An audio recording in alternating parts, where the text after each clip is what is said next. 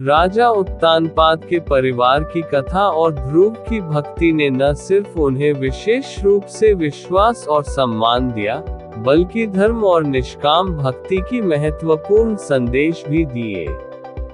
ये कथा ध्यान और समर्पण की महत्वपूर्णता को हमें याद दिलाती है। राजा उत्तानपाद ब्रह्मा जी के मानस पुत्र स्वयंभू मनु के पुत्र थे। उनकी सुनीति एवं सुरुचि नामक 2 पत्नियां थीं। उन्हें सुनीति से ध्रुव एवं सुरुचि से उत्तम नामक पुत्र प्राप्त हुए।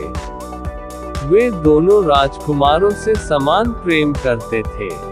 यद्यपि सुनीति ध्रुव के साथ साथ उत्तम को भी अपना पुत्र मानती थी, तथापि रानी सुरुचि ध्रुव और सुनीति से ईर्ष्या और घृणा करती थी। वह सदा उन्हें नीचा दिखाने के अवसर ढूंढती रहती थी। एक बार उत्तानपाद उत्तम को गोद में लिए प्यार कर रहे थे। तभी ध्रुव भी वहां आ गया। उत्तम को पिता की गोद में बैठा देखकर वह भी उनकी गोद में जा बैठा। ये बात सुरुचि को नहीं जची। उसने ध्रुव को पिता की गोद से नीचे खींचकर कटु वचन सुनाए। ध्रुव रोते हुए माता सुनीति के पास गया और सब कुछ बता दिया।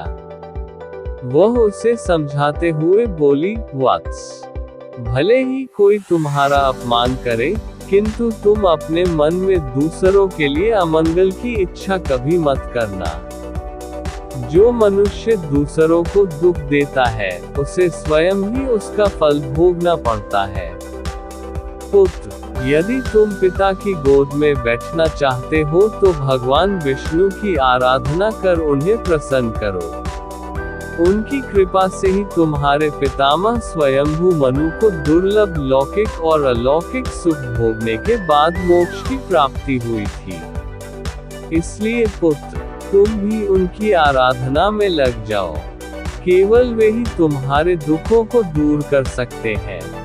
सुनीति की बात सुनकर ध्रुव के मन में श्री विष्णु के प्रति भक्ति और श्रद्धा के भाव उत्पन्न हो गए। वह घर त्याग कर वन की ओर चल पड़ा।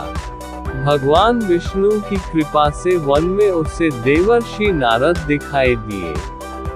उन्होंने ध्रुव को श्री विष्णु की पूजा आराधना की विधि बताई।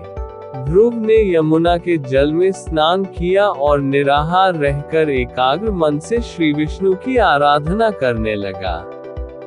5 महीने बीतने के बाद वह पैर के एक अंगूठे पर स्थिर होकर तपस्या करने लगा।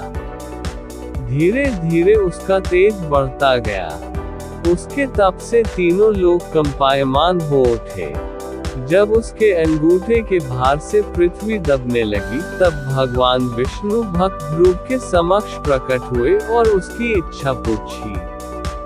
ध्रुव भाव विभोर होकर बोला, भगवान, जब मेरी माता सुरुचि ने अपमानजनक शब्द कहकर मुझे पिता की गोद से उतार दिया था, तब माता सुनीति के कहने पर मैंने मन ही मन ये निश्चय किया था कि जो परब्रह्म भगवान श्री विष्णु इस संपूर्ण जगत के पिता हैं, जिनके लिए सभी जीव एक समान हैं, अब मैं केवल उनकी गोद में बैठूंगा।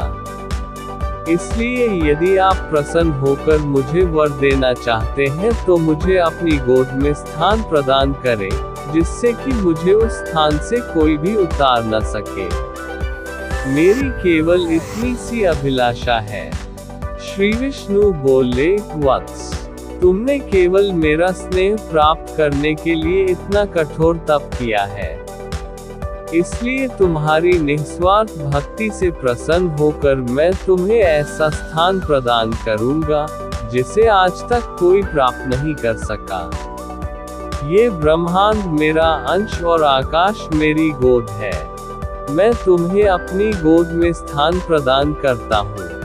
आज से तुम ध्रुव नामक तारे के रूप में स्थापित होकर ब्रह्मांड को प्रकाशमान करोगे। इसके आगे श्री विष्णु ने कहा, तुम्हारा पद सप्तर्षियों से भी बड़ा होगा और वे सदा तुम्हारी परिक्रमा करेंगे। जब तक ये ब्रह्मांड रहेगा, कोई भी तुम्हें इस स्थान से नहीं हटा सकेगा। वत्स, अब तुम घर लौट जाओ।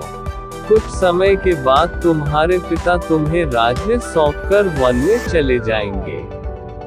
पृथ्वी पर 36,000 वर्षों तक धर्मपूर्वक राज्य भोग कर अंत में तुम मेरे पास आओगे। इतना कहकर भगवान विष्णु अंतर्धान हो गए। इस प्रकार अपनी भक्ति से भगवान विष्णु को प्रसन्न कर बालक ध्रुव संसार में